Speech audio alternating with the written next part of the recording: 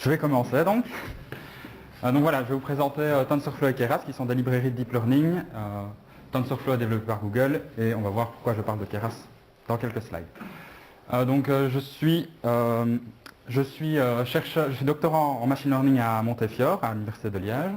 Et donc les thématiques dont je m'occupe, ce sont en gros c'est l'analyse de grandes images médicales. Donc vous avez par exemple une image qui est à droite de l'écran, qui est très grande, qui fait plusieurs milliards de pixels. Et l'idée, c'est que dans ces images, on retrouve des objets comme celui qui est sur la droite. L'image est sur la gauche. Et donc, l'idée, c'est d'appliquer du machine learning et du deep learning pour résoudre ces problèmes efficacement et pour assister les médecins en fait, à travailler sur ce genre de problème. Voilà.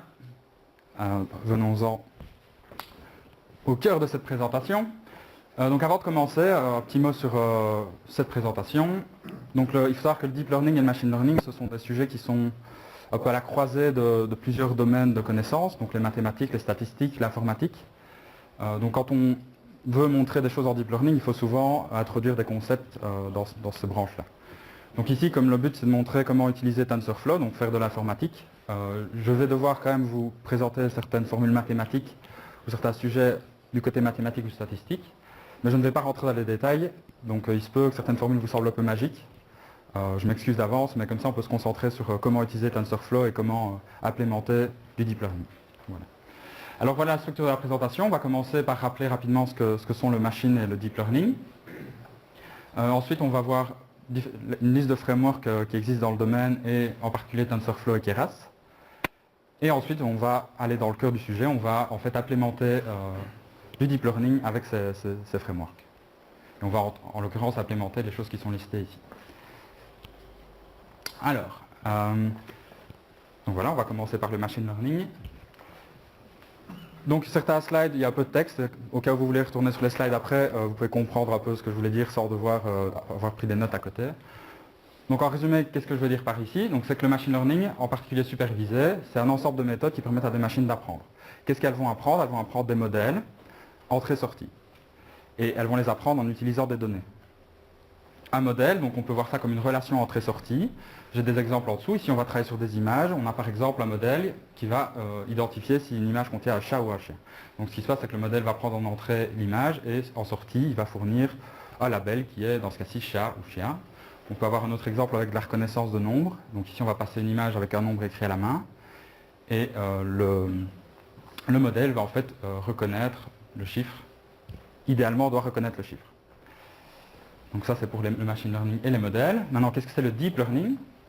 Donc en fait, le deep learning, c'est une famille de méthodes au sein du machine learning. Et donc, ces méthodes-là, en fait, vont baser l'apprentissage sur des hiérarchies de descripteurs. Ce qu'on appelle hierarchical features en anglais. Donc, qu'est-ce que c'est un descripteur? D'abord, c'est une information qu'on va extraire d'un objet qu'on veut décrire pour décrire cet objet. Ici, j'ai un exemple en vision par ordinateur d'une structure hiérarchique de descripteurs. Donc quand vous avez une image, l'unité de base, c'est le pixel. Ça décrit d'une certaine manière l'image. Ensuite, si vous reculez un peu, vous voyez par exemple des bords dans l'image. Si vous reculez, vous voyez des textures, enfin un texton qui est une unité de base de texture, puis un motif, puis un morceau d'objet et puis l'objet. Donc c'est en fait une hiérarchie naturelle qui existe dans les images. On a des exemples en dessous. Par exemple, ici on a en fait la reconnaissance de visage. Donc en fait ici en dessous on va voir les bords dans l'image. Puis on va voir ici des morceaux de visage, donc on a un nez, on a un œil, et ici on a des visages complets. Donc il y a une hiérarchie de descripteurs qui apparaît naturellement dans ce genre de données. Et le deep learning va exploiter ces hiérarchies de descripteurs à l'aide de réseaux neuronaux pour apprendre des modèles performants. Donc ici on a par exemple un réseau de neurones, donc chaque petite bulle est un neurone, qui est connecté à d'autres neurones, et en fait à chaque bulle on va avoir un descripteur qui va être représenté. C'est une vue un peu haut niveau, en pratique c'est un peu plus complexe que ça. Et donc l'idée c'est qu'on va au début du réseau avoir des choses qui sont plus bas niveau comme des bords, et en fin de réseau on va avoir des descripteurs qui sont plus haut niveau comme un visage, un chat, etc. Voilà, alors ça c'est le slide où il y a le plus de texte, ne vous inquiétez pas, il y en aura moins à voir la suite. Donc ici c'est juste pour vous parler de deux choses auxquelles on va se frotter quand on fait du machine learning, deux étapes par lesquelles on doit passer. Donc la première c'est l'entraînement, on va entraîner des modèles. Et donc l'entraînement, comment ça se passe? On a des données à disposition. Et en deep learning en particulier, ce qu'on va faire, c'est un certain nombre de fois, on va sélectionner un sous-ensemble de ces données aléatoirement. On va fournir ça au modèle qui, en utilisant un algorithme, va améliorer, va modifier sa structure pour s'adapter à ce problème-là. On va faire ça jusqu'à ce que le modèle soit assez performant. Donc, sélectionner un ensemble aléatoire, le fournir au modèle, modifier le modèle, etc. Et la deuxième chose, c'est l'afférence. Donc c'est une fois que le modèle a été entraîné, on veut l'utiliser pour faire des prédictions. Donc on a des nouvelles données et on veut, par exemple, on a des nouvelles images de chien, enfin on ne sait pas ce qu'il y a dedans, et on veut définir s'il y a un chat ou un chien dedans, on va passer les images au modèle, donc ça c'est l'afférence. Donc c'est les deux grandes étapes par lesquelles on va passer quand on fait du machine learning. Ok, donc maintenant on va passer, maintenant qu'on a fait un peu ces rappels, je vais dire, théoriques et généraux, on va passer au framework. Donc ici j'ai listé des frameworks qui sont disponibles pour faire du deep learning. Il y en a beaucoup, je ne les ai pas tous listés ici. Donc évidemment il y a TensorFlow dont on va parler aujourd'hui, Keras. Et donc en fait il faut savoir que Keras a été intégré dans TensorFlow. Il a été choisi en fait au début de l'année 2017 pour être intégré dans TensorFlow comme une interface haut niveau, on va en reparler. C'est pour ça que je parle des deux. On a d'autres frameworks comme Torch PyTorch qui sont développés par Facebook, Café 2 aussi développé par Facebook. Vous voyez, les grandes entreprises développent à peu près chacun leur framework. Optimo sur Theano, donc ça c'est un des premiers frameworks qui a eu du succès, on va dire. Celui-là, il faut savoir que le support, la fin du support a été annoncée en septembre. Donc c'est un framework qui est sur la fin. Parce que je pense qu'ils n'ont plus les moyens de... En fait, il y a des frameworks qui sont beaucoup plus avancés et où les entreprises ont beaucoup plus de moyens de les développer, alors que celui-là est développé par l'université. Et je pense qu'ils ne pensent plus que c'est intéressant pour eux d'avoir ce framework-là, vu qu'il y a des alternatives. Alors, TensorFlow. Donc j'ai pris la phrase qui est en gros sur le site, donc c'est un open source software library for machine intelligence. Donc c'est comme ça qu'ils décrivent la librairie. J'ai mis quelques dates et quelques chiffres, donc c'est pour vous montrer en fait à quel point le projet est actif. Donc c'est un projet open source qui est sur GitHub. Il y a plus ou moins 250 commits par semaine, beaucoup de followers. L'équipe est très active, donc il y a la communauté et il y a Google évidemment qui développe derrière. Donc vous voyez, il y a à peu près 8000 issues qui ont été créées et fermées et donc réglées sur le GitHub. Il y en a encore 1000 qui sont ouvertes. Donc c'est vraiment un logiciel qui bouge. Et on voit d'ailleurs que la dernière release stable, la 1.4, est sortie le 6 novembre, donc il n'y a pas si longtemps que ça. Alors, maintenant, venons-en aux fonctionnalités. Donc d'abord, qu'est-ce que c'est TensorFlow? En fait, c'est une librairie pour faire des mathématiques. D'accord? Donc on a des opérations mathématiques qui sont implémentées et qu'on peut utiliser pour calculer, pour faire des mathématiques. Et donc ici, en particulier, avec ces mathématiques, on peut faire du deep learning. Donc ça c'est pour le premier point. Le deuxième, il faut savoir que donc on a une interface assez haut niveau à TensorFlow qui est en Python. Donc quand on fait du TensorFlow, on fait du Python en général. Mais le cœur, parce que c'est implémenté efficacement, c'est du C++. Avec du code très bas niveau vu qu'on va travailler avec des GPU pour améliorer les temps d'exécution. Une fonctionnalité très importante de TensorFlow, c'est la notion de graphe de calcul statique. Alors, je vais expliquer plus en détail un peu après, mais donc peut-être d'abord ici dire ce que ça veut dire justement. Pourquoi un graphe? Donc en fait, j'ai dit que TensorFlow est une librairie pour faire des maths. Et donc en fait, ce qui se passe en maths, on a des opérations qui vont être effectuées sur des données. On va simplifier les maths comme ça. Et donc l'idée, c'est qu'on va avoir dans ce graphe les nœuds qui seront les opérations à appliquer, par exemple un sinus, par exemple une racine, ou toute autre opération intéressante. Et les arêtes entre ces nœuds, les arêtes du graphe, ce seront les valeurs qui vont passer entre ces opérations. C'est comme ça que TensorFlow représente les opérations qu'on va exécuter. Et donc les données qui vont voyager entre les opérations, ce sont des tenseurs, c'est pour ça que la librairie s'appelle TensorFlow. Un tenseur, c'est par exemple une matrice ou un vecteur en mathématiques.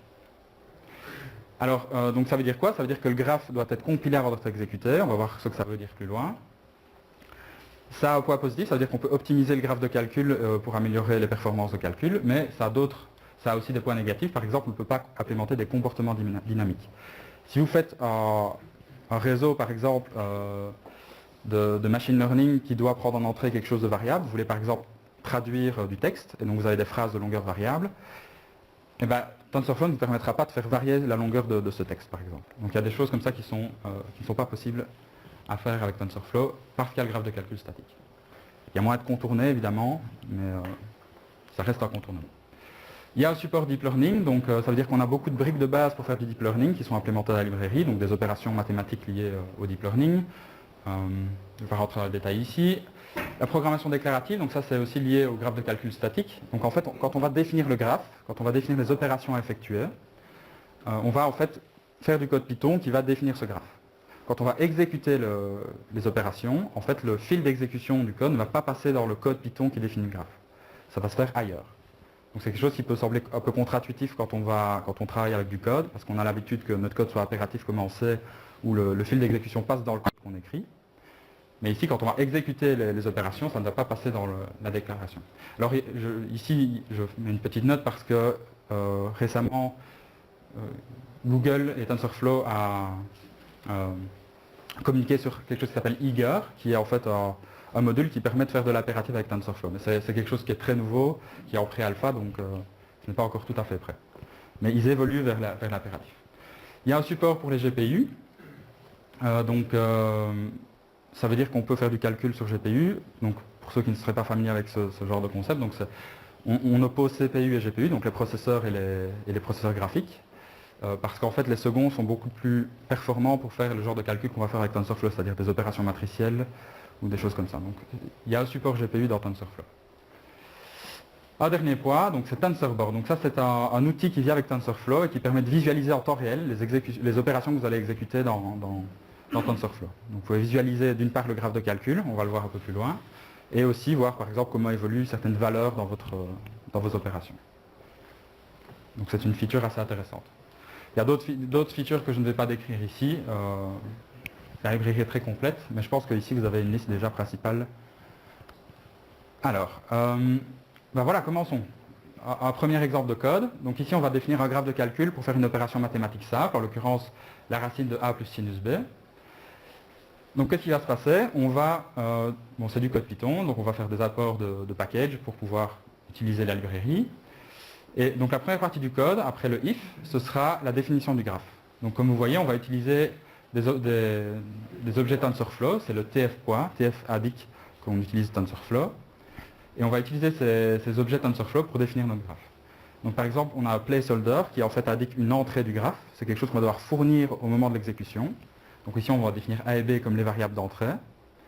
Ensuite, on a l'opération a plus sinus b.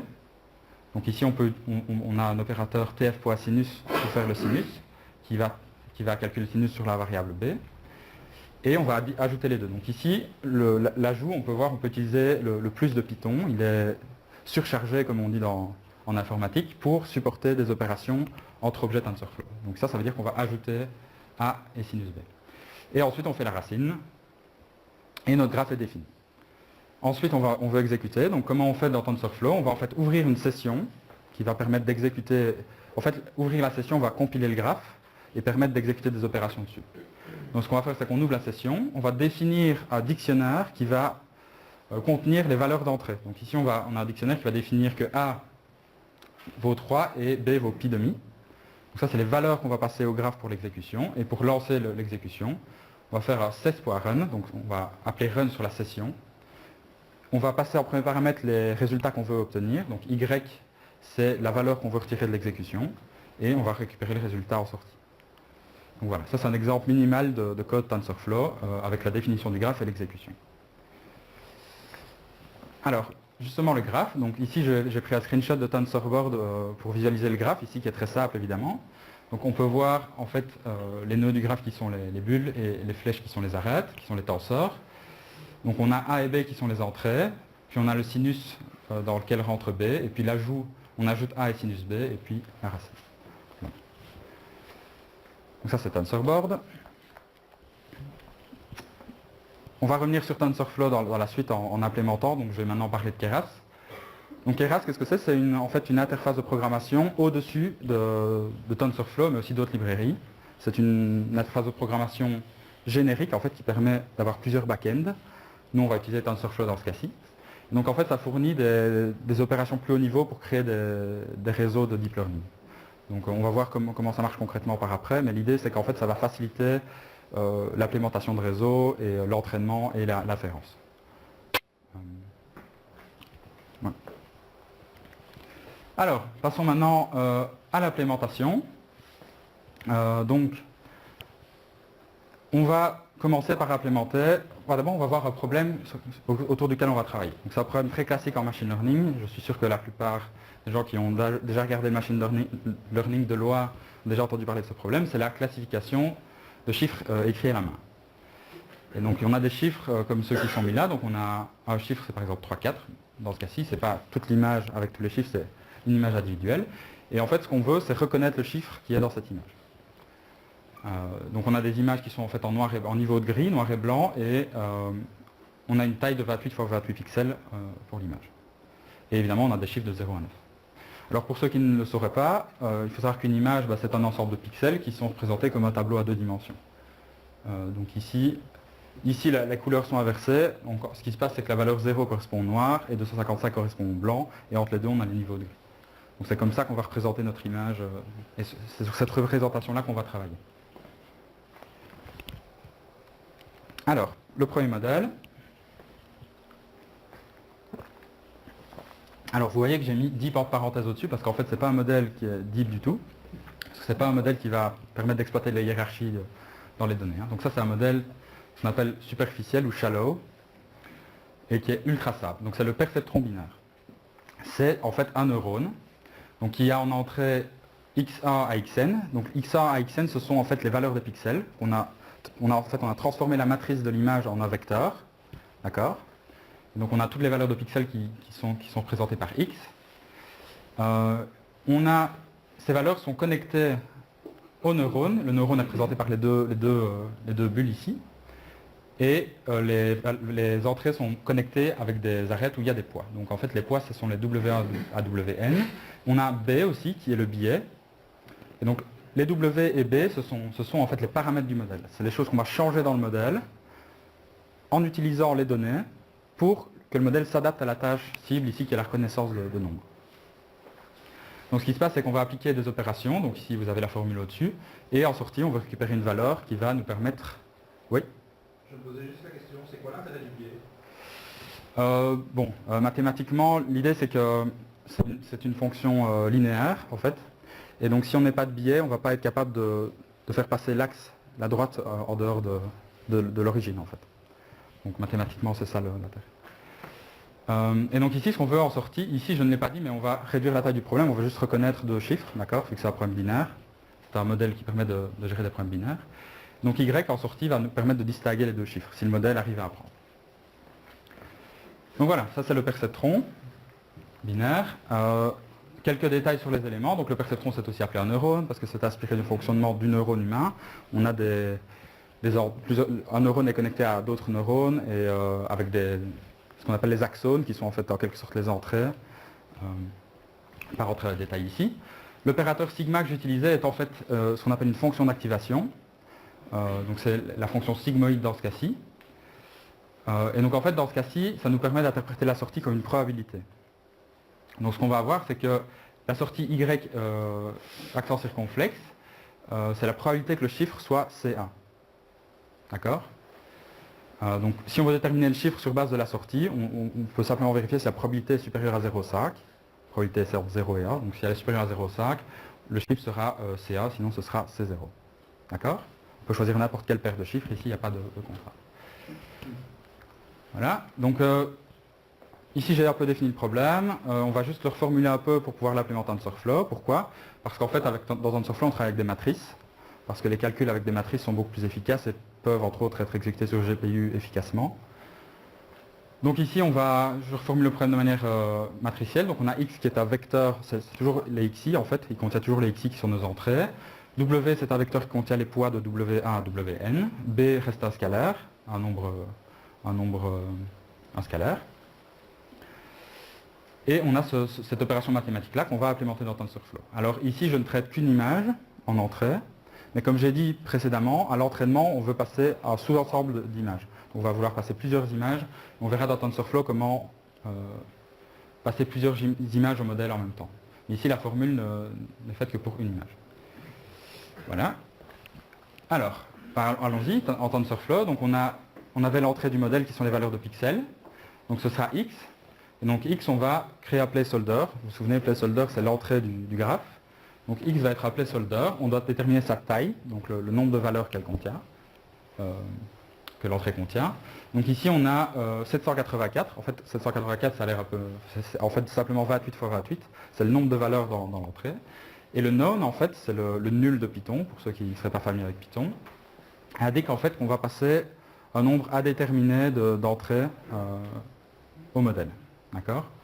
Donc c'est pour permettre de passer plusieurs images en entrée à la fois. On détermine les poids et le billet. Donc ce qui se passe ici, c'est qu'on va utiliser des variables. Donc TF poids variable, ce sont des objets TensorFlow qui permettent de représenter des variables, des choses qui vont changer. Donc ici, les poids et le biais vont changer pour s'adapter au problème. Donc on doit les définir comme des variables. Donc une variable TensorFlow, on doit définir sa valeur initiale. Donc vous voyez ici, par exemple, pour le poids W, j'ai initialisé avec une valeur aléatoire. Pour le biais, j'initialise à 0. Et donc j'ai mes deux variables qui sont prêtes.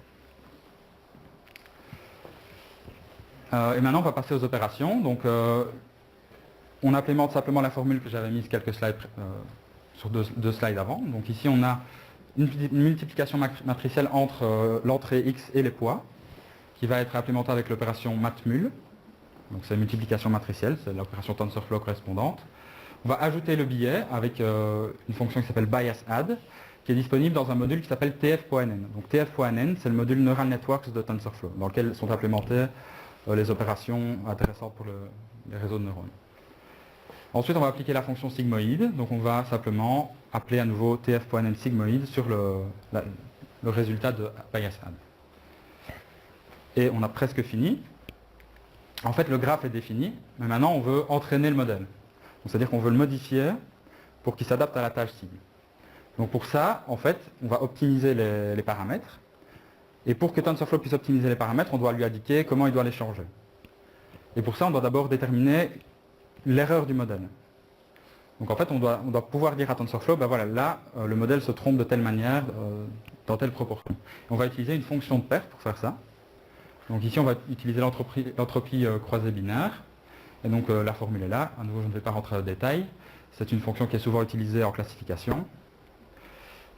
Et donc ici, dans la formule, on a y, et y va identifier le chiffre, le vrai chiffre. Donc ici, on fait de l'entraînement. Donc pour chaque image, on sait quel est le chiffre. Donc y identifie le chiffre. Y vaut 1 si le chiffre est C1, et il vaut 0 sinon. Et y, accent circonflexe, est la prédiction du modèle. Donc on va devoir définir une nouvelle entrée au réseau qui est y. Donc à nouveau un placeholder. Ici, on n'a plus 784 valeurs, mais on en a une, vu qu'on a A ou 0. On a toujours none parce qu'on a un certain nombre d'images, donc on a un certain nombre de labels. Et ensuite, on implémente la fonction de perte. À nouveau, on peut utiliser des opérateurs Python pour le faire. Vous voyez, on multiplie avec l'étoile, on soustrait avec le moins. Et on utilise l'opération tf.log pour faire un logarithme. Alors, la deuxième ligne, donc ici, ce qui se passe, c'est qu'on travaille dans le code avec plusieurs images. Donc, en fait, la première ligne va renvoyer autant de loss qu'on a passé d'images au réseau. Donc ce qu'on veut faire, c'est faire la moyenne de ces loss pour déterminer le loss global qui va être utilisé par TensorFlow. Donc pour faire une moyenne ici, on va faire reduce mean, qui va en fait prendre toutes les valeurs et les agréger en une moyenne. Voilà. Alors, dernière chose à faire, donc on a défini comment le modèle se trompait, maintenant on doit définir comment on va modifier les paramètres, avec quel algorithme ou quelle stratégie on va modifier les paramètres pour les adapter au problème. Et donc ça, c'est ce qu'on appelle la stratégie d'optimisation. Il y en a beaucoup qui sont implémentés dans TensorFlow, mais nous on va utiliser la descente de gradient. Et donc ce qui se passe, c'est qu'on va dans un module qui s'appelle tftrain, et on va prendre le gradient descent optimizer. Et en fait, minimiser le loss, c'est aussi simple qu'appeler optimizer.minimize sur le loss. Donc le loss, c'est ce qu'on a calculé au slide précédent, juste ici. D'accord? Et en fait, on a fini pour la définition du graphe et ça donne ceci. Donc ça, c'est le graphe qu'on obtient. J'espère que vous savez lire. C'est peut-être un peu petit. Donc peut-être pour un peu décrire ce qu'on a ici. Donc on a W et B qui sont les poids et les billets. On a X ici en entrée. Ici c'est Y, c'est la véritable valeur pour les images, la véritable sortie. Et donc ici on va initialiser W avec une valeur aléatoire. Ensuite, on va faire une multiplication matricielle entre x et w. On va ajouter le billet qui est b au résultat de la multiplication matricielle. Ici, c'est l'opération sigmoïde que j'ai renommée en out, parce que c'est la sortie du réseau.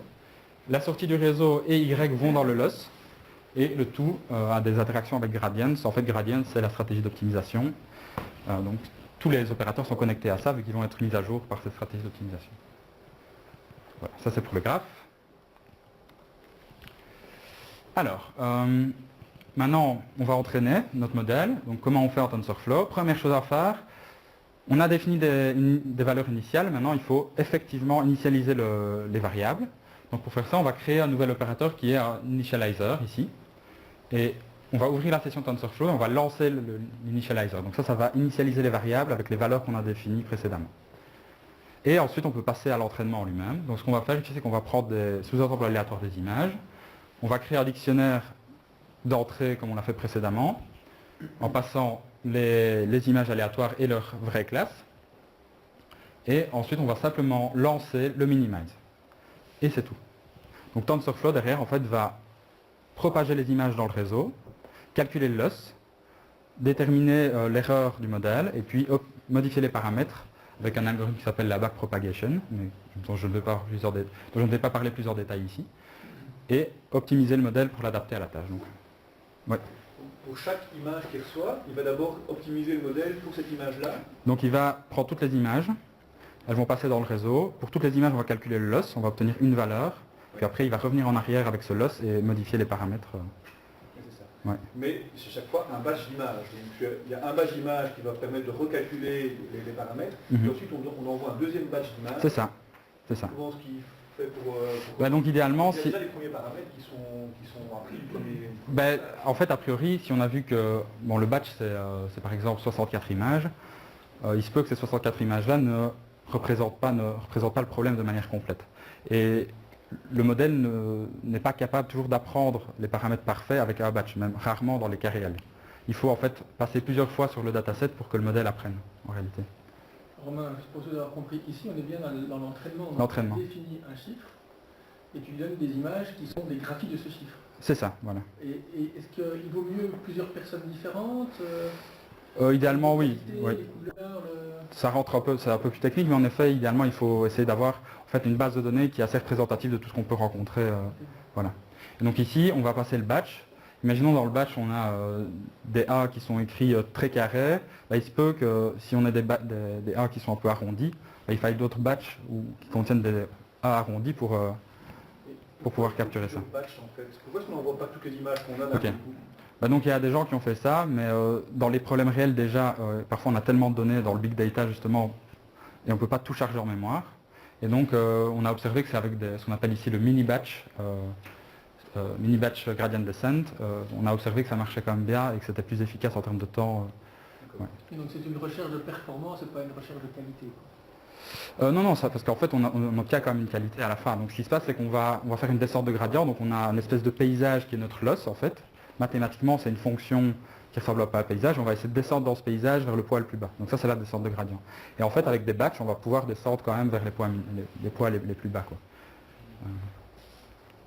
Ouais. Et pourquoi est-ce qu'on ne procède pas une backpropagation après chaque image individuelle? Parce que alors là, en fait, c'est ce qu'on appelle stochastic gradient descent. Donc en fait, là, on a un seul exemple. Il y a des gens qui ont fait ça aussi, mais on a observé aussi qu'en termes de temps d'exécution, c'est mieux de passer des batchs parce qu'on exploite mieux aussi les performances de la machine. Et au niveau performance, il y a aussi des petits changements, mais je ne vais pas rentrer dans les détails ici. Mais les trois modes sont possibles et ont chacun leur spécificité et altèrent l'apprentissage de manière différente, quoi. Donc, mais en général, on va utiliser des mini-batchs d'une taille, par exemple 64, 128, et on va passer ça au réseau. Mais ce qui veut dire qu'entre un entraînement et un autre, forcément, c'est pas les mêmes sets qui prend, et c'est pas vraiment les mêmes. Donc l'idée, c'est que idéalement, il faut, quand on entraîne, avoir des résultats reproductibles. Donc ce qu'on va faire, c'est initialiser. On travaille avec des générateurs de nombres pseudo-aléatoires en général, et donc on va les initialiser avant l'entraînement pour qu'à chaque fois qu'on relance le code, ce soit les mêmes séries de nombres aléatoires qui sont pris. Et comme ça, c'est reproductible. Ouais. Alors, voilà. Donc ça, c'est pour l'entraînement. Mais il faut savoir, voilà, donc ici on a vu comment entraîner un premier modèle très simple, mais bon, ce modèle en fait est trop simple. Donc on va essayer de passer vers quelque chose de plus réaliste, qui est en fait le perceptron multicouche. Donc le perceptron multicouche, c'est ceci. Donc c'est en fait un ensemble de perceptrons qui sont organisés en couches. Et donc on a une couche d'entrée. Ici les bulles dans Input Layer, ce sont en fait les entrées du réseau, les XI. On a des couches cachées. Chaque bulle est un perceptron qui est connecté à toutes les bulles de la couche précédente, soit toutes les entrées dans la Hidden Layer A, ou soit à tous les perceptrons précédents dans les suivantes. Et la Output Layer, ce sont aussi des perceptrons, et il y en a autant qu'on a de classes. D'accord? Donc on aura ici, comme on a 10 chiffres à reconnaître, on aura 10 perceptrons dans la couche de sortie. Alors, c'est le slide le plus mathématique que j'ai dans cette présentation. Donc en fait, je définis un peu le problème, mais pas de panique. Donc ici, je définis juste des nombres, par exemple L qui est le nombre de couches qu'on va avoir. Donc la couche 0, c'est l'entrée. La couche L, c'est la couche de sortie avec les 10 neurones. NL va définir le nombre de neurones qu'on a à chaque couche. Donc N0, c'est le nombre d'entrées. N, L majuscule, c'est 10, parce que c'est le nombre de classes. Et pour les couches cachées, on choisit ce qu'on veut mettre, c'est vos choix. Comme tous les neurones, donc un neurone dans une couche est connecté à tous ceux dans la couche précédente. Ici, on n'a plus un vecteur de poids, on a une matrice, parce qu'on a un certain nombre de neurones en entrée et un certain nombre de neurones en sortie. Donc on a une matrice de poids. On a un vecteur de biais, donc pour chaque neurone dans la couche, on va avoir un biais maintenant. Donc on a maintenant un vecteur et plus un simple scalaire. La couche d'entrée, c'est x, c'est le vecteur d'entrée. A0 égale x. A0, ce sera la sortie de la couche. Enfin, AI, ce sera la sortie de la couche, et A0, la sortie de la couche, c'est l'entrée x. Les couches cachées, donc là en fait, c'est la même formule que pour le perceptron classique, sauf que j'ai adapté au fait qu'on ait plusieurs neurones et qu'on ne prenne plus l'entrée du réseau, mais plutôt la couche précédente. La couche de sortie, c'est pareil que pour la couche cachée, sauf qu'on va avoir un changement de fonction d'activation. On va utiliser softmax. Au-dessus, on utilisait la sigmoïde comme précédemment. Ici, on va utiliser softmax. Alors, qu'est-ce que c'est softmax? C'est une nouvelle fonction d'activation qui est définie comme ça. Donc, en fait, ce qui se passe, c'est qu'on va avoir les scores qui vont sortir du réseau. Les scores qui vont sortir du réseau. Et ce qu'on va faire, c'est les transformer en probabilité. D'accord? Donc on va les transformer en probabilité avec cette opération ici mathématique. Et donc le but en fait c'est d'obtenir en sortie pour chaque image un vecteur de probabilité. Par exemple la valeur YA, donc c'est le premier élément de ce vecteur de probabilité, il est proche de 1 si la classe d'entrée était 1. D'accord? Donc autrement dit, donc l'élément YI, accent circonflexe du vecteur Y, et la probabilité que le chiffre soit libre. Donc l'idée c'est d'avoir en fait des probabilités qui vont nous indiquer quelle classe on a dans l'image. Et ce pour chaque chiffre. Voilà, donc comment est-ce qu'on implémente le perceptron multicouche? Donc ici on a en fait une formule qu'on a, vous avez vu quelques slides précédents, une formule qu'on a repris du perceptron, et qui est assez générique. En fait, on peut implémenter une fonction Python pour créer une couche. C'est ce qu'on fait ici. On définit une fonction layer qui va prendre en entrée inLayer, qui est l'entrée de la couche. Donc c'est en fait les activations de la couche précédente. On a insize et outsize qui sont les tailles d'entrée et les tailles de sortie de la couche. Donc le nombre insize c'est le nombre de neurones dans la couche précédente et outsize c'est le nombre de neurones dans la couche actuelle. On définit une fonction d'activation et si vous vous souvenez, on a une sigmoïde et un softmax, donc on doit pouvoir faire varier l'activation. Et un nom, ça c'est spécifique à TensorFlow, pour nommer les couches. Et donc ici, qu'est-ce qu'on a? On a nos variables. Donc pour chaque couche, on a des poids et des billets. Pour les poids, c'est une matrice. Donc on définit une matrice de nombres aléatoires comme valeur initiale de taille insize, outsize. On définit les billets comme un vecteur de taille outsize. Et ensuite, on implémente les opérations qu'on avait vues précédemment. Alors la petite différence, après le bias add, c'est que maintenant on a deux fonctions d'activation possibles. On a le softmax. Alors pour le softmax, ici, on va simplement chercher tfnn softmax, qui est l'implémentation TensorFlow du softmax. Et si on a une sigmoïde, on appelle sigmoïde. Donc ça, c'est la fonction générique pour créer une couche de notre perceptron multicouche. Maintenant, on va utiliser cette fonction pour créer notre réseau. Donc d'abord, on a un nouveau vecteur de sortie. Donc précédemment, on avait un vecteur de sortie qui contenait une seule valeur, 0 ou A, vu qu'on avait un problème binaire. Ici maintenant, ça doit contenir 10 valeurs. Pourquoi? Parce qu'on a la sortie du réseau, ce sont 10 probabilités. Et donc on veut que le vecteur qui contient les vraies valeurs contienne aussi 10 éléments pour qu'on puisse les comparer avec une fonction de perte. Et ces 10 éléments, ce sera quoi? En fait, simplement, l'élément i de ce vecteur-là vaudra 0 si le chiffre n'est pas ci. Et il vaudra a si le chiffre est ci. D'accord? Donc, c'est ce qu'on appelle le one-hot encoding. On va simplement encoder la valeur sur un vecteur qui a le nombre de classes en taille. Alors, au niveau des couches cachées, donc ici on va utiliser une boucle, vu qu'on a potentiellement plusieurs couches. Ici je vais fixer le nombre de couches à 3, donc c'est ce qu'on voit dans le enumerate. Donc ça, ce sont en fait les tailles de mes couches, 64, 32 et 16. Donc j'aurai 3 couches cachées dans mon réseau. Et donc on va faire autant d'itérations qu'on a de couches, et à chaque itération on va créer la couche en question, on va la connecter à la couche précédente, c'est ce que je fais ici. Donc l'input layer, l'activation de la couche précédente, ce sera la couche précédente. La taille d'entrée, ce sera la taille de la couche précédente. La taille de sortie, c'est la taille actuelle. On va utiliser une activation qui est sigmoïde ici, comme on l'avait défini. Et ensuite, on va nommer, ça c'est spécifique à TensorFlow, on va nommer la couche. Et on fait ça un certain nombre de fois. On a nos couches cachées. Maintenant, on crée la couche de sortie. Donc ici, c'est la couche qui contient autant d'éléments qu'il y a de classes. Et donc à nouveau, on réutilise notre fonction. Donc la différence, c'est que la taille de sortie est 10 et qu'on utilise softmax comme activation. La fonction de perte, on doit la généraliser à un certain nombre de classes et plus à un cas binaire. Donc on va simplement faire une somme. C'est la cross-entropie multiclasse, donc c'est le même principe, sauf qu'on va faire ça sur les 10 éléments du vecteur, paire à paire. Et donc on peut implémenter ça comme ceci. Donc on a simplement, on applique la formule, donc les éléments de y et de out vont être, et le log de out vont être multipliés 2 à 2, et puis on va faire la somme de tout ça.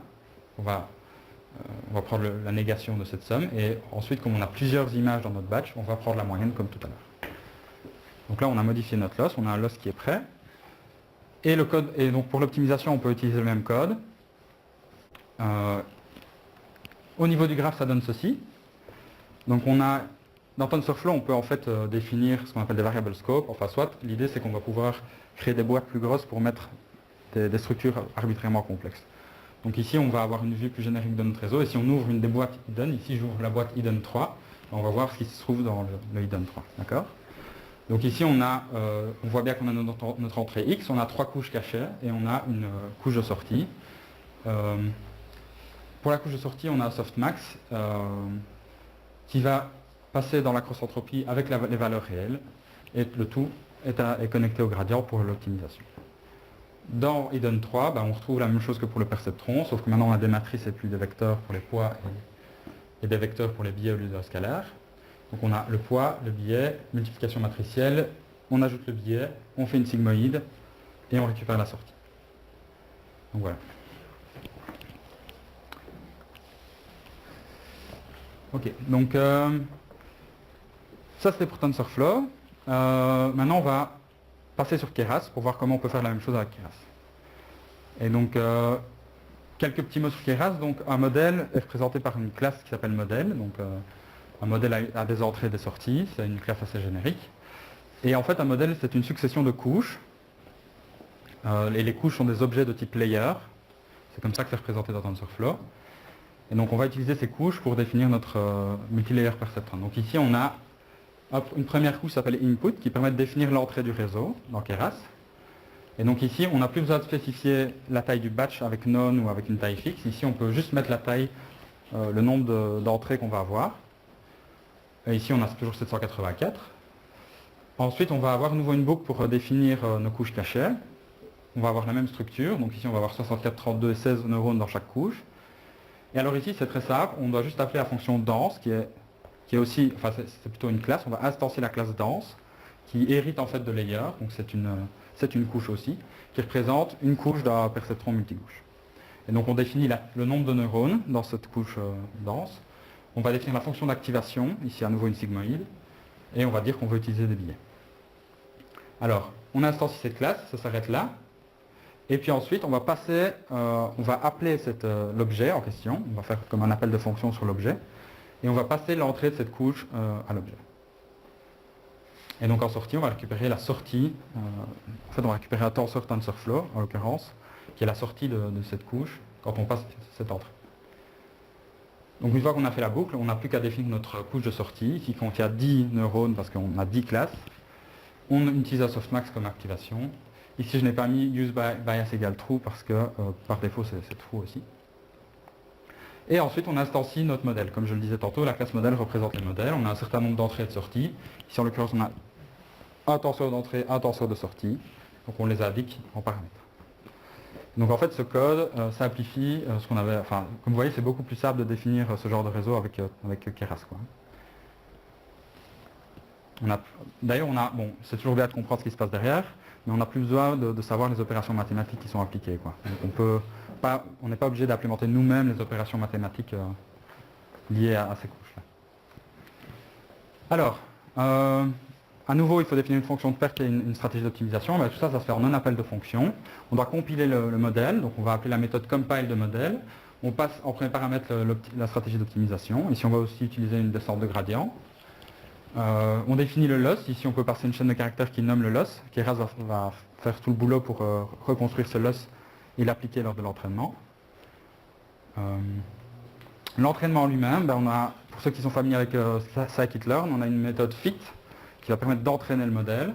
Donc on va passer toutes les images d'entraînement et toutes les classes correspondantes. Et ici, les classes doivent évidemment être encodées en one-hot encoding, comme on l'a dit, donc des 0 et A dans la bonne colonne. On définit un batch size, un nombre d'époques. Donc une époque, c'est une étape d'entraînement où l'algorithme va passer sur tout le dataset une fois. D'accord ? Donc ici, on va indiquer un certain nombre d'époques, c'est le nombre de fois que l'algorithme va passer sur le dataset pour l'entraînement. Et donc une fois qu'on fait ça, on lance cette fonction et l'entraînement se lance. C'est aussi beaucoup plus simple qu'avec TensorFlow. Et donc ici, c'est un exemple en fait de ce qu'affiche en sortie la méthode fit de modèle. On peut définir le niveau de verbosité de cette fonction, mais si par défaut, on va avoir ce genre d'informations. Donc en fait, on a la progression de l'époque actuelle. Donc ici, on a par exemple l'époque 4 sur 200. On a la progression ici, le temps estimé jusqu'à la fin de l'époque. Et on a des informations sur les performances du modèle. Donc ça, c'est la valeur de loss pour l'itération actuelle. Ça, c'est une métrique, c'est l'exactitude. C'est une métrique qu'on va utiliser aussi pour évaluer le modèle, qu'on va évaluer pour l'itération actuelle. Et pour les époques qui sont déjà terminées, on peut évaluer sur d'autres données les performances du modèle. Donc voilà. On a en fait un feedback assez intéressant qui est prédéfini dans Keras et qu'on n'a pas besoin d'implémenter nous-mêmes. Pour l'inférence, c'est très simple aussi. Donc on va juste appeler predict sur le modèle et on passe les images en paramètres. On définit un batch size et Keras fait tout pour nous et nous renvoie une matrice avec les résultats. Alors, voilà, ça c'était pour le perceptron multicouche. Donc, si j'ai lancé ce modèle chez moi, et donc on obtenait, donc sur des données indépendantes qui n'ont pas servi à l'entraînement, on obtenait 97% d'exactitude. C'est-à-dire que pour 97 des images d'entrée, le modèle était capable de reconnaître le chiffre. D'accord ? Ça a pris combien de temps ? Ça prend quelques minutes. Ouais. Non, pas heure, mais c'est sur CPU. Ouais. Donc c'est vraiment un problème simple et le modèle est quand même fort petit, donc ça va assez vite. Donc voilà, 97% d'exactitude, mais on peut faire mieux, et donc on va passer sur la dernière méthode qu'on va voir aujourd'hui. Donc ce sont les réseaux de neurones convolutifs qui sont fort utilisés pour les images. Allons-y. Alors, qu'est-ce que c'est un réseau de neurones convolutifs? Donc en fait, c'est une série de couches. Okay. Donc la première série de couches, c'est une série de blocs de convolution. Donc en fait, un bloc de convolution, c'est par exemple ces deux éléments-là et ces deux éléments-là. Donc qu'est-ce qui se passe? On va appliquer ce qu'on appelle sur l'entrée une convolution, et puis un subsampling.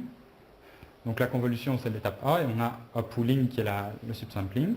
Et on va faire ça ainsi de suite. Et à un moment, on va connecter un multilayer perceptron, un perceptron multicouche, à ce qui arrive à cet endroit-là. Donc, on a des couches de convolution. Un bloc de convolution, c'est une couche de convolution. On a une fonction d'activation, comme on l'avait précédemment avec le réseau perceptron multicouche, et on a une couche de pooling pour faire du subsampling. Je vais un peu expliquer comment fonctionnent ces couches-là. Un petit mot. Donc les résultats intermédiaires de ces différentes opérations-là s'appellent des feature maps. Je vais utiliser ces termes-là maintenant pour expliquer. Alors, donc voilà, ici j'illustre un peu comment fonctionne la convolution. Donc la convolution, il faut savoir que c'est une opération linéaire qui va transformer un signal. Et dans ce cas-ci, le signal, c'est notre image. Si c'est la première couche de convolution, l'entrée va être l'image. Dans les couches de convolution suivantes, l'entrée sera des feature maps des couches précédentes. D'accord? Donc qu'est-ce qui se passe? En fait, on va avoir, bon ici on a l'image d'entrée, on a 3 channels RGB. Et donc ce qu'on va avoir, c'est des noyaux, des kernels. D'accord?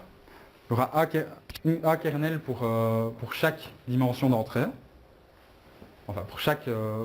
on aura autant de kernels qu'il y a d'éléments dans la dernière dimension de l'entrée. Et donc ce qu'on va faire, c'est faire passer ce kernel sur les différentes parties de l'image d'entrée, et on va calculer une opération mathématique. Donc l'idée, c'est que on va mettre en fait centrer le kernel sur une valeur particulière, et on va multiplier les éléments qui sont en vis-à-vis.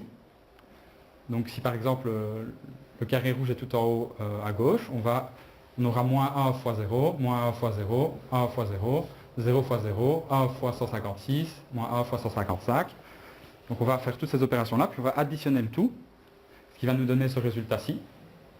On fait ça pour tous les noyaux et toutes les channels d'entrée, toutes les images, les channels d'images, donc RGB ici, ou toutes les feature maps qu'on a précédemment. On obtient des résultats ici, on les additionne, on ajoute le billet, et on obtient une sortie qui est ici, qui s'appelle un filtre. Et donc ça, ce qu'on peut faire, c'est avoir plusieurs filtres. Donc on aura plusieurs noyaux qui vont passer sur la même entrée, mais la modifier différemment pour avoir plusieurs filtres différents. Donc ça, c'est une couche de convolution. D'accord? Oui. Le but de ces filtres, c'est de mettre en évidence des choses dans l'image, comme par exemple des bords ou des choses. Exactement. Donc en fait, on peut voir que les filtres sont... donc le réseau, en fait, quelque chose de très important avec la couche de convolution, c'est que le réseau va apprendre les filtres. Donc en fait, les valeurs ici ne vont pas être fixées, elles vont être apprises par le réseau. Et donc en fait, il y a des gens qui ont observé dans le domaine de la recherche que certains des filtres appris par le réseau de convolution étaient similaires à des filtres qu'on trouve, des filtres classiques de traitement d'image. Je n'ai pas de nom exact en tête, je ne me souviens plus, mais c'est quelque chose qui a été observé. Et donc des filtres de détection de bord, par exemple. Exactement. Alors, maintenant, en pratique, qu'est-ce qui se passe? J'ai dit qu'on peut avoir plusieurs filtres par couche et les noyaux sont appris. Maintenant, on va dimensionner ces filtres. Donc, il y a plusieurs hyperparamètres qu'on peut sélectionner pour définir la structure des filtres. Donc, on a le nombre de filtres. Ça, c'est le nom, comme j'ai indiqué tout à l'heure. La taille des noyaux. Sur le slide précédent, c'était des noyaux 3x3. Et on peut faire des noyaux 5x5, 2x2. On peut choisir. On peut faire 2x3. Donc, c'est quelque chose qui est assez libre. Le pas des noyaux.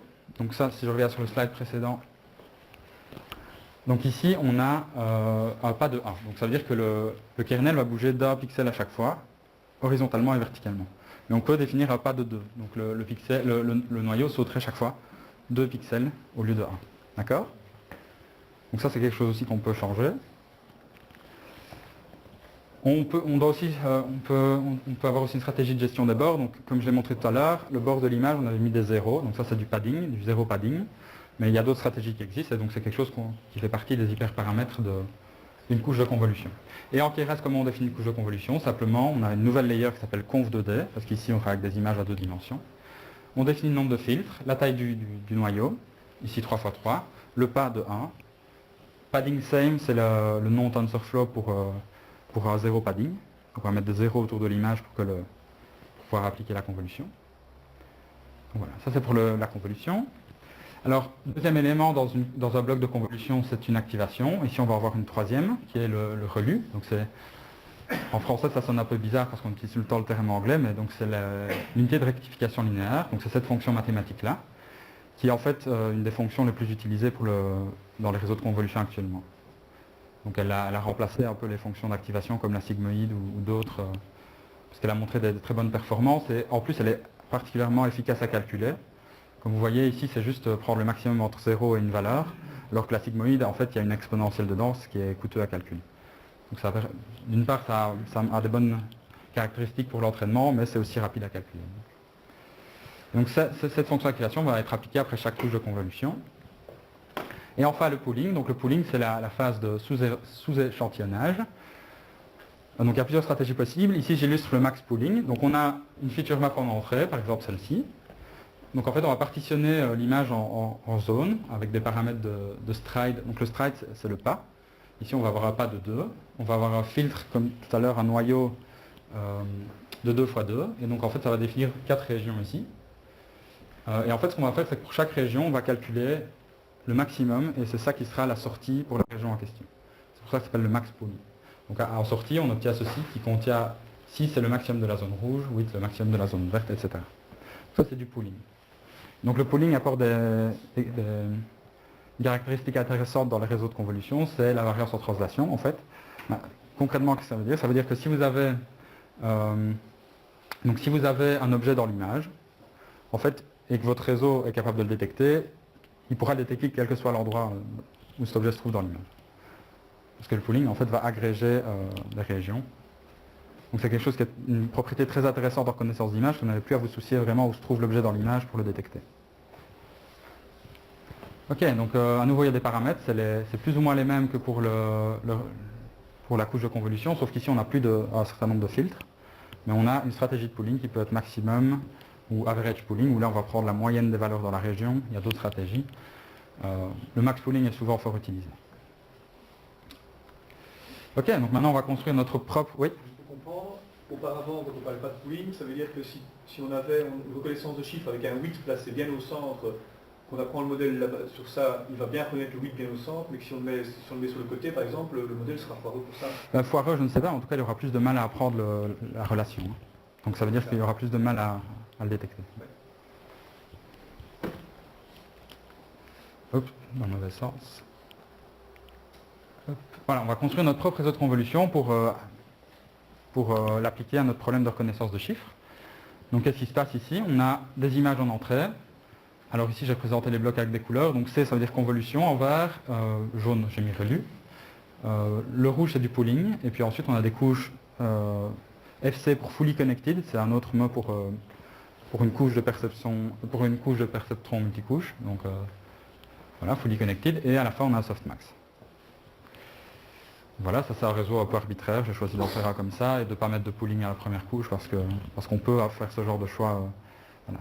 Créer un réseau, c'est quelque chose qui est très libre en fait, il n'y a pas vraiment de contraintes. Enfin, c'est surtout des règles de bonne pratique en fait qui vont guider un peu les choix. Mais on a vraiment beaucoup de choix justement. Okay. Alors, ben voilà, en Keras. Donc on retrouve le input, donc cette fois-ci. Un changement par rapport au perceptron multicouche, c'est qu'on ne va plus passer un vecteur qui contient les valeurs des pixels. On va passer directement une matrice d'image, donc qui va faire 28 x 28. La dernière dimension c'est 1 parce qu'on est en niveau de gris, on n'a pas RGB, on a juste une couche de gris. À nouveau, dans Keras, on n'a pas besoin de préciser qu'on a un batch de taille non fixé justement à la définition du graphe. On n'a pas besoin de mettre le none, quoi. Alors, première couche, on avait juste une convolution, donc on va appeler, on va instancier la classe conf 2D, on va mettre 32 filtres, des kernels de taille 3, on va utiliser l'activation relue. On fait ça à la couche suivante aussi, sauf que là on ajoute un max pooling avec des kernels de taille 2 et un saut de 2. On fait ça aussi à la couche suivante, donc on réduit le nombre de filtres à 16. Et puis ensuite, on a flatten. Donc qu'est-ce qui se passe en fait pour le fully connected? Enfin, pour le réseau perceptron multicouche, vous vous souvenez, on avait un vecteur en entrée. Donc si on n'a pas ce flatten, en fait, la sortie du max pooling, c'est une matrice. Donc il faut en fait transformer la matrice en vecteur, que la couche dense ensuite puisse la prendre en entrée. Donc c'est ça que fait le flatten. Puis ensuite, on a des couches denses, une avec 32 neurones, une avec 16, et des activations relues cette fois-ci. Et à la fin, softmax. Et voilà. Et on associe notre modèle. Voilà. Et voilà, donc avec ça, on obtient 98,79% d'exactitude. Je l'ai lancé aussi chez moi. Ça a pris un peu plus de temps à entraîner parce que le modèle est un peu plus complexe, mais ça restait quand même moins de 10 minutes, je veux dire.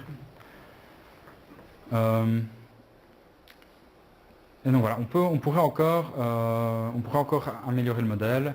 Maintenant, je pense que j'ai beaucoup parlé et que j'ai présenté beaucoup de choses. Donc, ce que j'ai fait dans cette présentation, c'est essayer de vous donner des informations sur différentes choses qui existaient.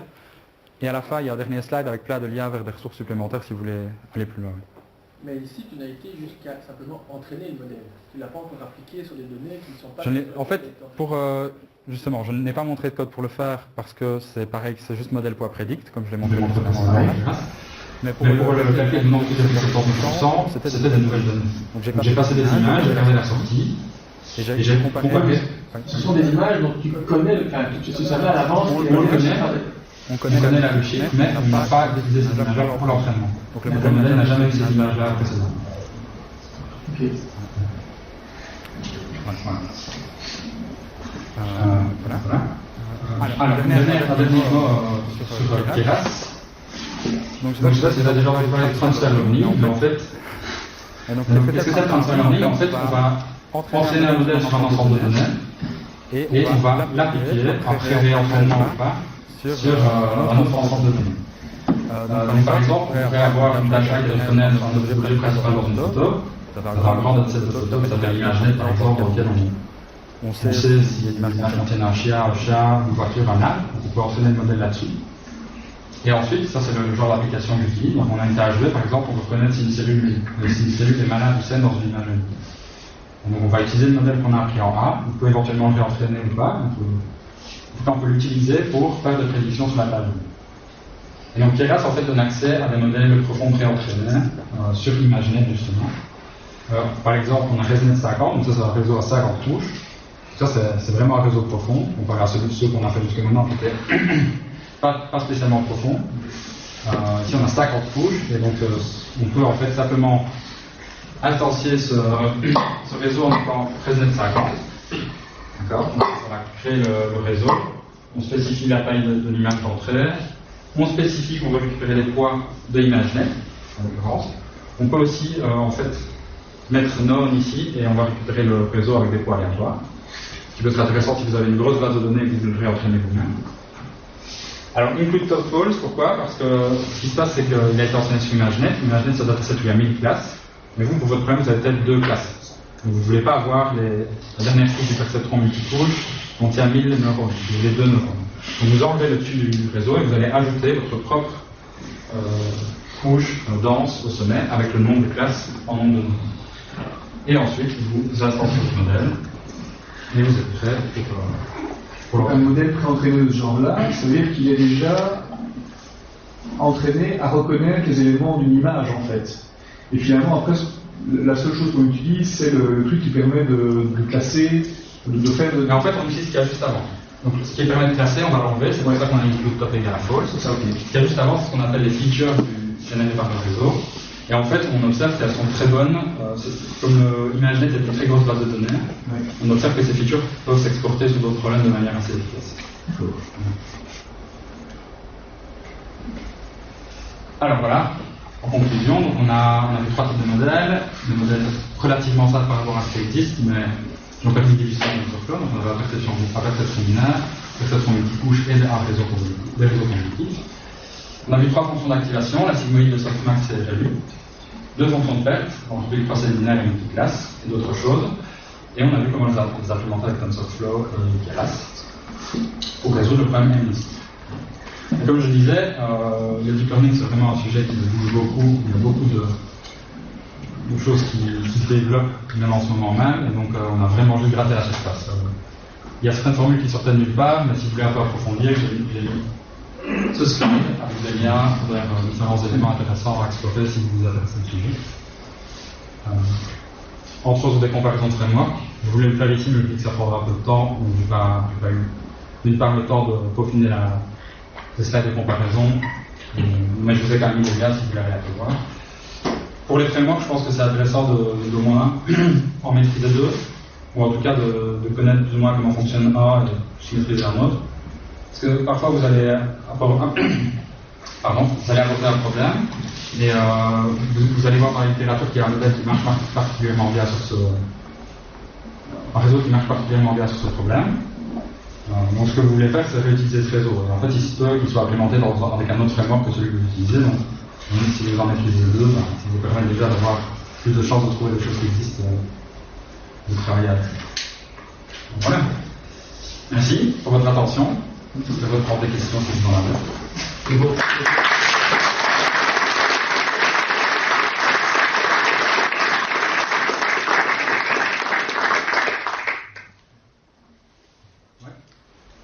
Ça permet donc de reconnaître des objets dans une image. Est-ce qu'il y a moyen de savoir où se trouve l'objet dans l'image?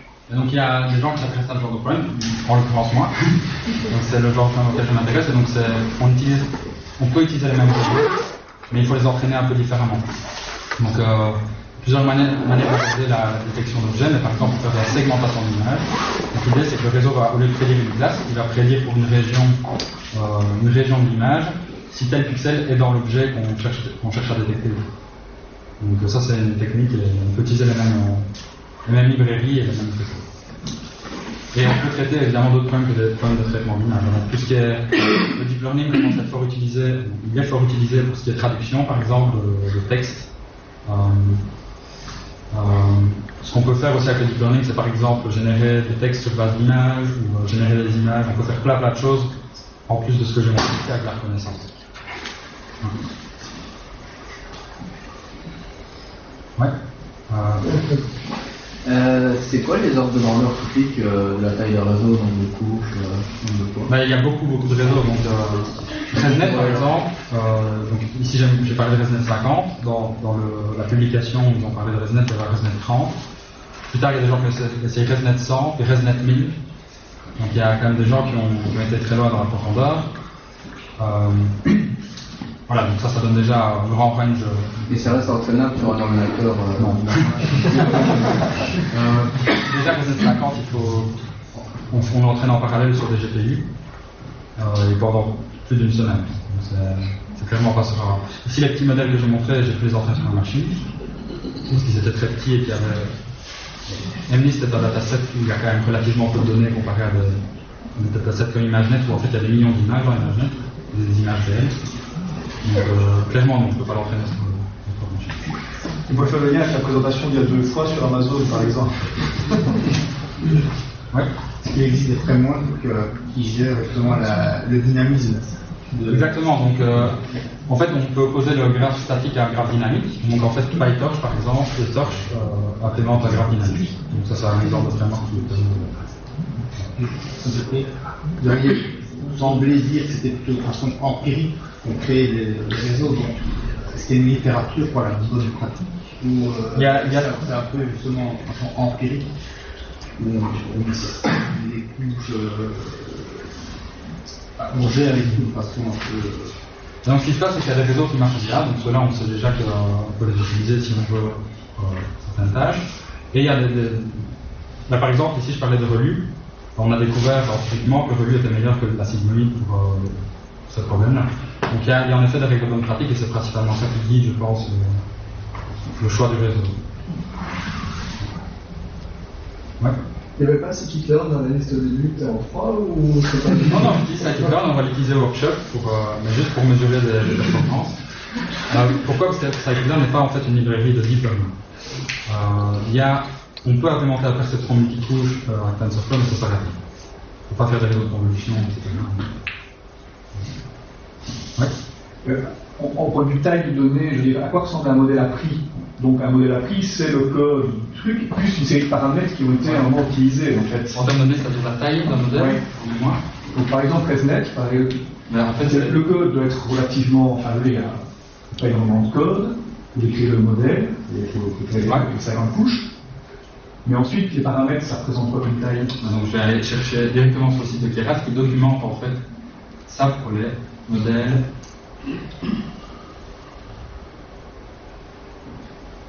Donc on peut. Une fois qu'on a un modèle appris, on peut télécharger d'un côté le code et de l'autre côté les paramètres en fait. Je veux dire, oui, c'est ça, exactement, c'est deux choses différentes. Et donc ici on a un petit, je ne sais pas si c'est visible. Donc voilà, ici on a en fait des modèles qui sont disponibles dans Keras et en fait on peut voir leur taille en mémoire. Donc, par exemple ResNet 50 c'est 100 MB.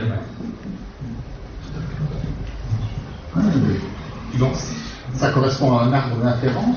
Enfin, c'est compilé sous forme d'un graphe, mais l'inférence se fait, je sais pas, comme Prolog par exemple, face à un système d'inférence dans un arbre. Non, je pense pas. Je ne connais pas Prolog, mais ce qui va se passer, je ne saurais pas répondre, je ne connais pas Prolog. Ce qui va se passer, c'est que les opérations vont passer entre les opérateurs. TensorFlow va coordonner tout ça en fait pour faire passer les opérations. Il n'y a pas vraiment d'inférence à l'exécution. L'inférence dont je parle, c'est la même chose. L'inférence, c'est quand on va utiliser le modèle pour prédire sur base de modèle. Et ici, donc, il doit occuper la mémoire localement, on ne peut pas le distribuer. Donc le modèle, ça dépend. Donc on peut, ici avec Keras, les modèles comme je disais là sont faits pour être chargés localement, mais avec TensorFlow, on peut séparer différentes parties du modèle sur différents GPU. Donc on peut distribuer le modèle sur différents GPU. Maintenant, ça demande un peu plus de travail évidemment pour utiliser directement un modèle. Par rapport au cluster qui apprend. Oui, c'est ça, tout à fait. Une fois que le modèle est appris, est-ce qu'il y a moyen de l'exporter dans les autres langages de programmation? C'est une très bonne question. A priori, on sait. C'est des paramètres. Donc a priori, on pourrait mettre. Je pense juste les thématiques d'attache. Ça, je ne saurais pas répondre. Moi, je travaille exclusivement en Python et Keras, donc j'ai jamais eu ce problème. Mais ça existe. Le transfert learning de ResNet vers Linux, ça comprend complètement. Alors, est-ce que c'est envisageable sur le CPU? Alors, le problème, c'est que les réseaux gros comme ça ont une contrainte, c'est que la taille d'entrée de l'image doit être. Non, la taille doit être. Il y a une taille minimale d'entrée, pour des raisons techniques. Donc, il y a une liste, ça veut dire qu'on ne peut pas passer une liste directement comme ça. C'est pour ça que je voulais au workshop présenter même je ne peux pas.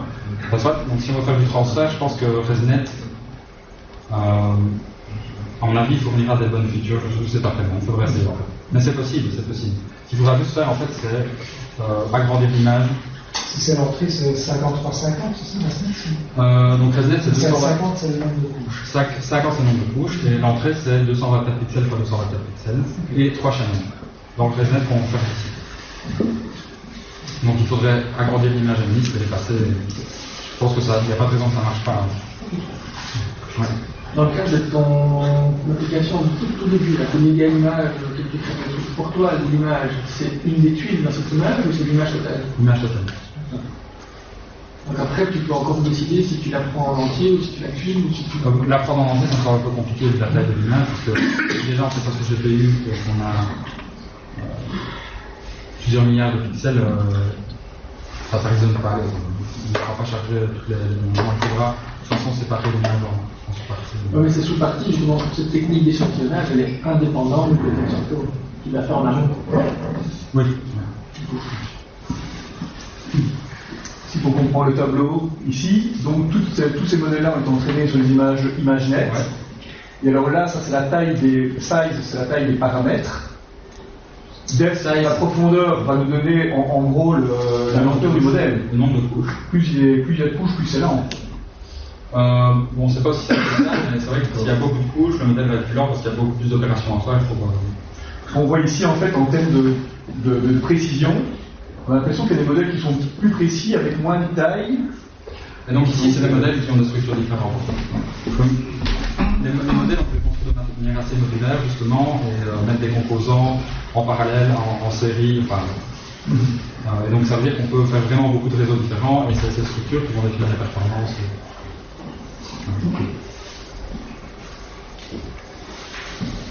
Ouais.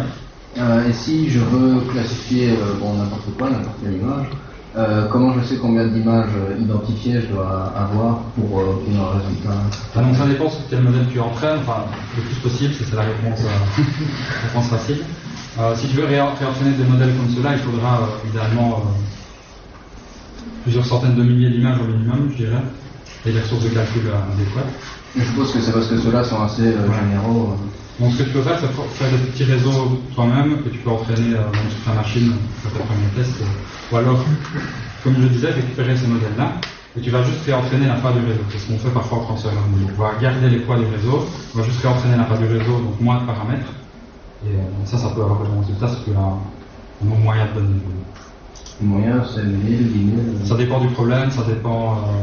C'est très difficile à dire. Ça dépend vraiment du problème que tu as réglé. Si tu fais une liste, par exemple, ça te prend une très simple, donc pas besoin de millions d'images, c'est sûr.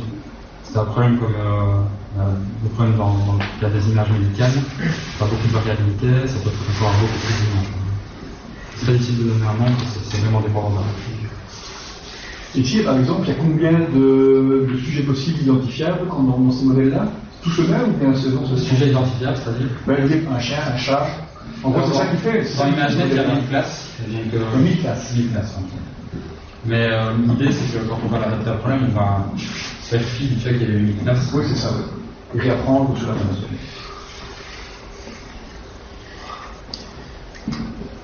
Ouais, donc si tu comprends, si tu fais une photo d'ici, de cette pièce, si je veux identifier sémantiquement tous les objets, il faut qu'il y ait une représentation de chaque objet dans cette classe.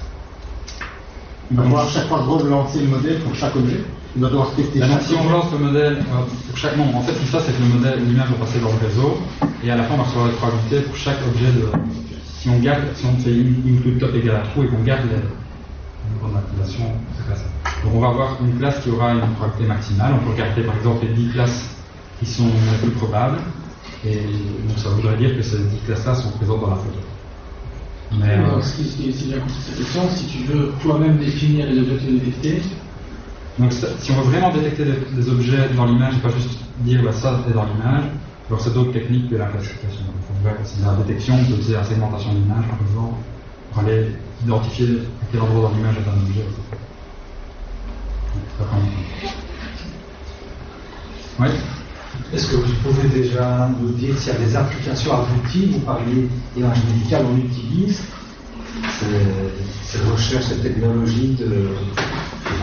Je ne sais pas s'il y a des applications commerciales vraiment abouties. De la reconnaissance Oui. Bah, par exemple sur Facebook, dès que vous avez un post qui est traduit du chinois au français, c'est un réseau de neurones derrière qui fait la traduction. Tout ce qui va être maintenant dans les voitures autonomes, etc. Vous faites de la traduction automatique sur votre téléphone, c'est un réseau de neurones. Alors, vous avez plusieurs réseaux de neurones qui sont embarqués directement là-dessus. Donc oui, il y a des applications comme ça. C'est aussi pour ça que Facebook, Google, etc., c'est eux qui sont derrière parce qu'ils les ont joués. En effet. Moi je voulais dire dans le domaine médical, je pense qu'il y a quand même des entreprises qui s'intéressent au domaine. Peut-être que Sitonine pourra répondre. C'est un peu leur cœur de marché. Et je pensais notamment à ça, la détection de mélanome par exemple, sur une dermatoscopie, les neurones soient derrière et puissent identifier à 98%, ça c'est un mélanome, ça n'en vient pas. C'est ce qui se fait déjà. Ça se fait, donc le transfert de la recherche à l'entreprise est en cours. Et certaines le proposent déjà, avec différentes méthodes. Maintenant, ici on parle du domaine de la santé particulièrement, on se confronte à beaucoup de problèmes de certification pour rentrer dans les processus hospitaliers, diagnostiques et autres, c'est encore très différent. Faire rentrer un algorithme dans l'hôpital, c'est comme faire rentrer un médicament sur le marché, ça prend du temps. Il faut prouver que peu importe l'input, on puisse avoir un résultat qui est fiable, qu'on ne va pas faire des diagnostics qui sont faux. Enfin, il y a toute une démarche à avoir, mais sinon, le transfert de technologie est en cours. Merci. Ouais. Peut-être une dernière question. Vous avez dit donc, que le TensorFlow était compatible, enfin optimisé pour GPU. Est-ce que c'est aussi optimisé pour les Intel XMPy par exemple? Donc on peut compiler TensorFlow pour certains sets d'instructions particuliers. Je ne sais pas si je ne connais pas si vous parlez là, mais. Google a sorti son processeur spécifique. Oui, donc ça c'est les TPU, les Tensor Processing Unit, qui sont un peu des concurrents au GPU pour TensorFlow pour SWAT. Mais donc, par exemple, on peut utiliser des sets d'instructions SSE ou. Oui, c'est possible. Oui, c'est possible. Mais il faut peut-être. Alors dans ce cas, il faut compiler comme ça. Ouais. Est-ce que ça marche bien sur des séries temporelles? Oui, bien sûr. On peut traiter des séries temporelles avec des convolutions, ça se fait, la reconnaissance vocale. Voilà, un exemple d'application commerciale, c'est Alexa de Amazon. Donc il y a des systèmes de deep learning qui analysent le rapport sonore pour d'une part arriver à reconnaître ce qu'on dit.